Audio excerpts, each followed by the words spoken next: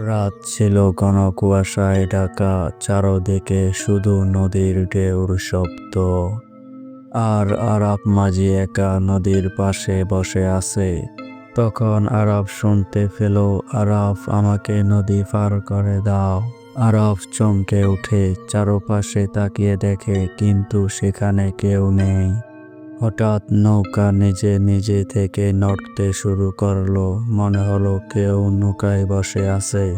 তখন হঠাৎ দেখে তার পাশে সাদা শাড়ি পরা বসে আছে একটা মহিলা।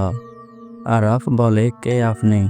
তখন সে আত্মা কাঁপা কাঁপা কণ্ঠে বলে, আমাকে ওপারে নামিয়ে দাও। আরাফ চুপচাপ নৌকা চালাচ্ছে। নদীর পানি কেমন জানি আগের মতো স্বাভাবিক নেই। তারপর দেখা গেল নদীর পানি থেকে হাত উঠে এলো, নৌকা টেনে ধরে রাখলো। চারদিকে আরো ঘন অন্ধকার হয়ে গেল। আত্মাটা বলে, এই বেঈমান, এই নৌকাটা আমার। আরাফ ভয়ে ভয়ে জিজ্ঞাসা করলো, তুমি কে? আত্মাটা হাসতে লাগলো, চোখে চোখ নেই, শুধু অন্ধকার, গর্জন, হাহাকার। নদীর ঢেউ বেড়ে গেল, পানির ঢেউ তাদের মাথার উপরে, নৌকা দুলতে শুরু করলো। আর তখন বড় একটা ঢেউ এসে নৌকাটাকে ডুবিয়ে দিল। পানির নিচে অনেকগুলো হাত তাকে টেনে নিচ্ছে। তারপর সব নিস্তব্ধ হয়ে গেল। ভোরে গ্রামবাসী দেখে ফাঁকা নৌকা ভাসছে, আরাফ নেই।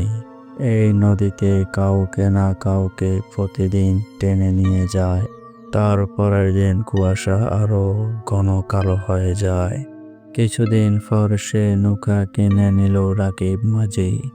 রাকিব নৌকায় বসতে ঠান্ডা বাতাস গায়ে লাগে, গা শিরশির করে ওঠে। রাকিব যখন নদীর পানিতে তাকালো, দেখে সেটা তার মুখ নয়। ধীরে ধীরে অচেনা মুখ অদৃশ্য হয়ে যায়। আবারও দেখা দিল কুয়াশায় ধোয়া আগুন। তখন ভয়ঙ্কর আত্মা বলে, আমাকে ওপার করে দাও।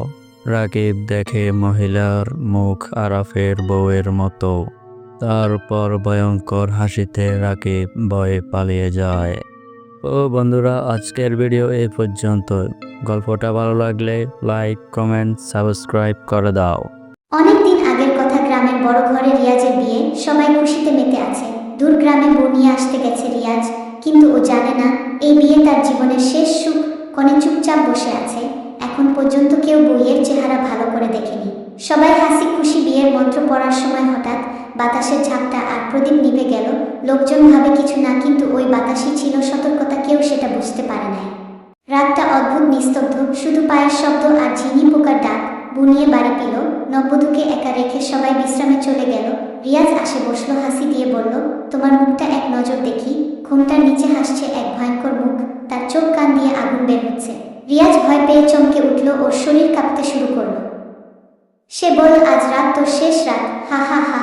তোর মতো ছেলেরা আমার চরম শত্রু। রিয়াজ ভয়ে চিৎকার করলেও বাহিরে থেকে থেকে কোনো সারা শব্দ নেই।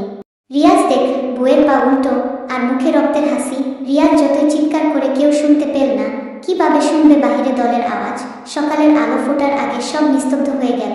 বিছানার পাশে রক্তে লেখা, আমার বিয়ে সম্পূর্ণ হলো। ভোরে সবাই দেখল রিয়াজের নিঃশ্বাস আর নেই। জানা গেল সে মেয়ে বিয়ের আগের রাতে আগুনে পুড়ে গিয়েছিল।